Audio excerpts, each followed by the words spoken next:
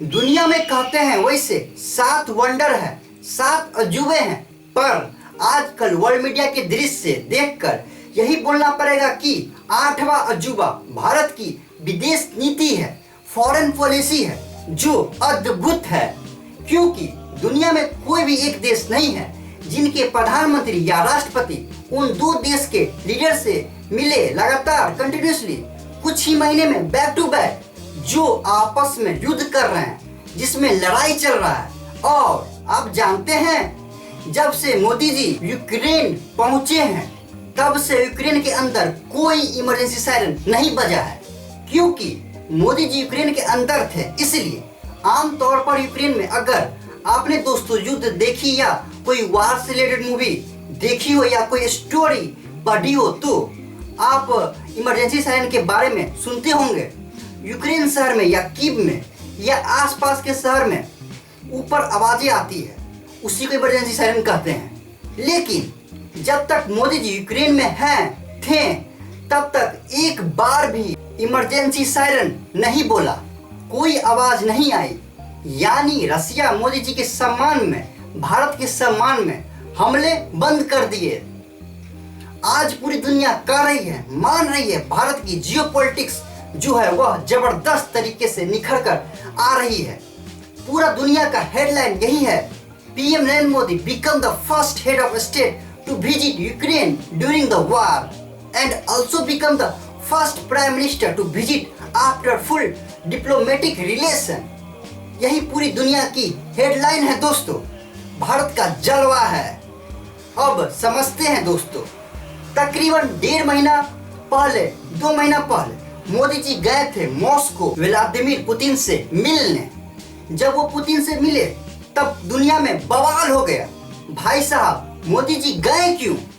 वहां पर जेलेंस्की ने पुतिन को बोला, he is the criminal, he is the bloody criminal. और एरिक कार्सेरिक जो अमेरिका के एम्बेसडर हैं भारत में, उन्होंने बोला, साहब ये बहुत गलत चीज है। उन्होंने तो यहाँ तक बोल दिया कि स्ट्रेटेजिक ऑटोनॉमी की जो भारत बात करता है कि हम किसी के साथ नहीं हैं, हम खुद के साथ हैं। भाई साहब कल आपकी लड़ाई हो जाएगी चाइना के साथ, तो आपको क्या लगता है रसिया आपका साथ देगा?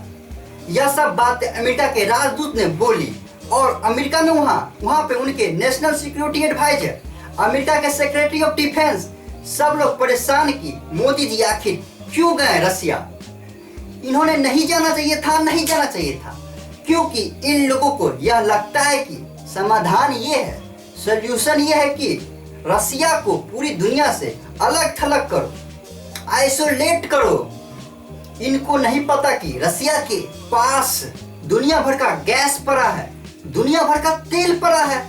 वार के बाद रसिया की इकोनॉमी ग्रोथ ज्यादा हुई।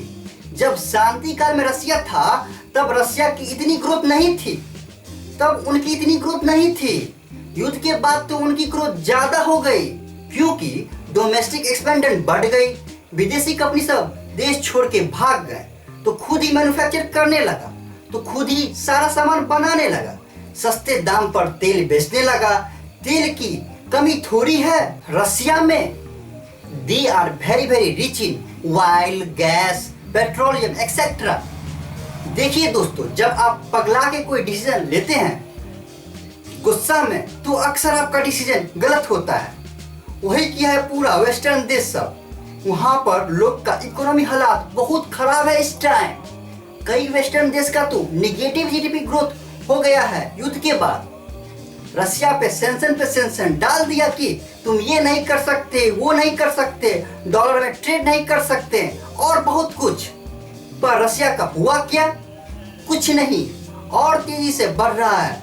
ऑलराइट, अब देखिए मोदी जी अपने 3rd टर्म में, अच्छा एक बात, भारत की नेबरहुड पॉलिसी है, नेबरहुड फर्स्ट पॉलिसी में भारत की, और यह रीत चली आई है पिछले 2 टर्म में भी कि मोदी जी जब भी बने पीएम सबसे पहले पड़ोसी के पास गए।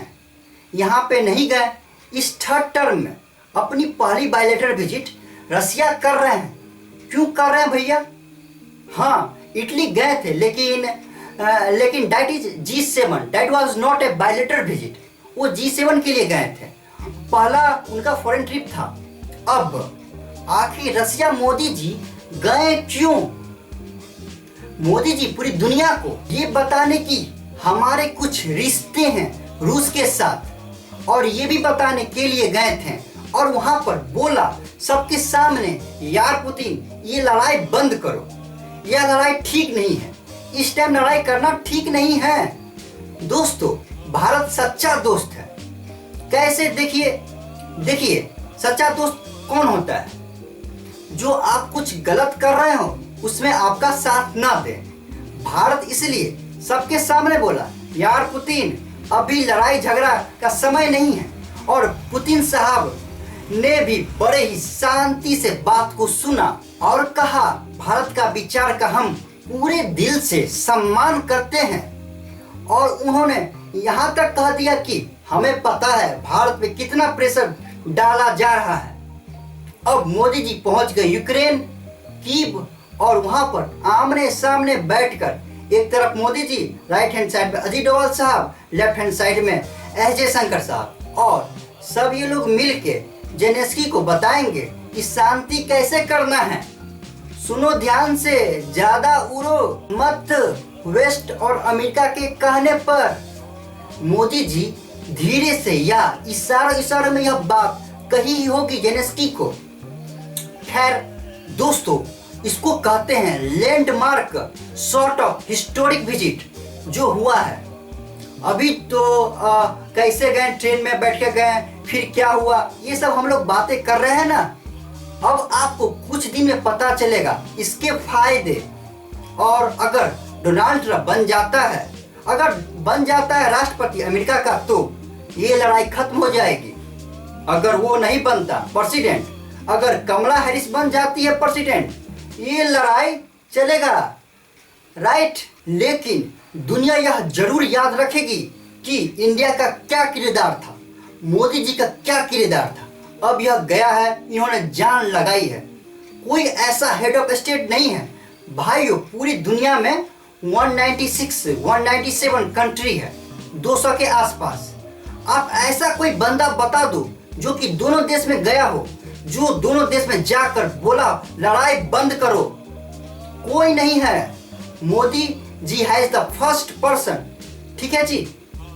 मोदी जी दोनों में, Russia Ukraine, Joe Biden only Ukraine, Boris Johnson only Ukraine, Rishi Sunak only Ukraine, ठीक है जी। Giorgia Meloni only Ukraine. जितने भी बंदे का नाम लो, Ukraine Ukraine Ukraine. Xi Jinping Russia Moscow, ठीक है जी। Putin North Korea, Putin Vietnam. ये गेम चल रहा है। देखिए, दो धड़े हैं, लड़ रहे हैं ना आपस में। एक रूस वाला अपने पॉलिटिक्स कर रहा है, एक यूक्रेन वाला अपने पॉलिटिक्स कर रहा है।